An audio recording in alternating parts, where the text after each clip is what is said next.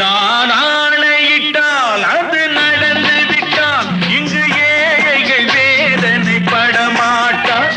உயிர் உள்ளவரை ஒரு துன்பமில்லை, அவர் கண்ணீர் கடலிலே விழமாட்டார். அவர் கண்ணீர் கடலிலே விழமாட்டார்.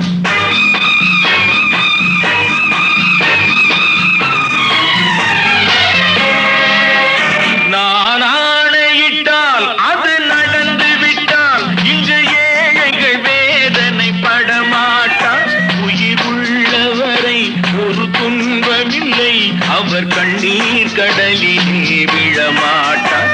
அவர் கண்ணீர் கடலிலே விழமாட்டார்.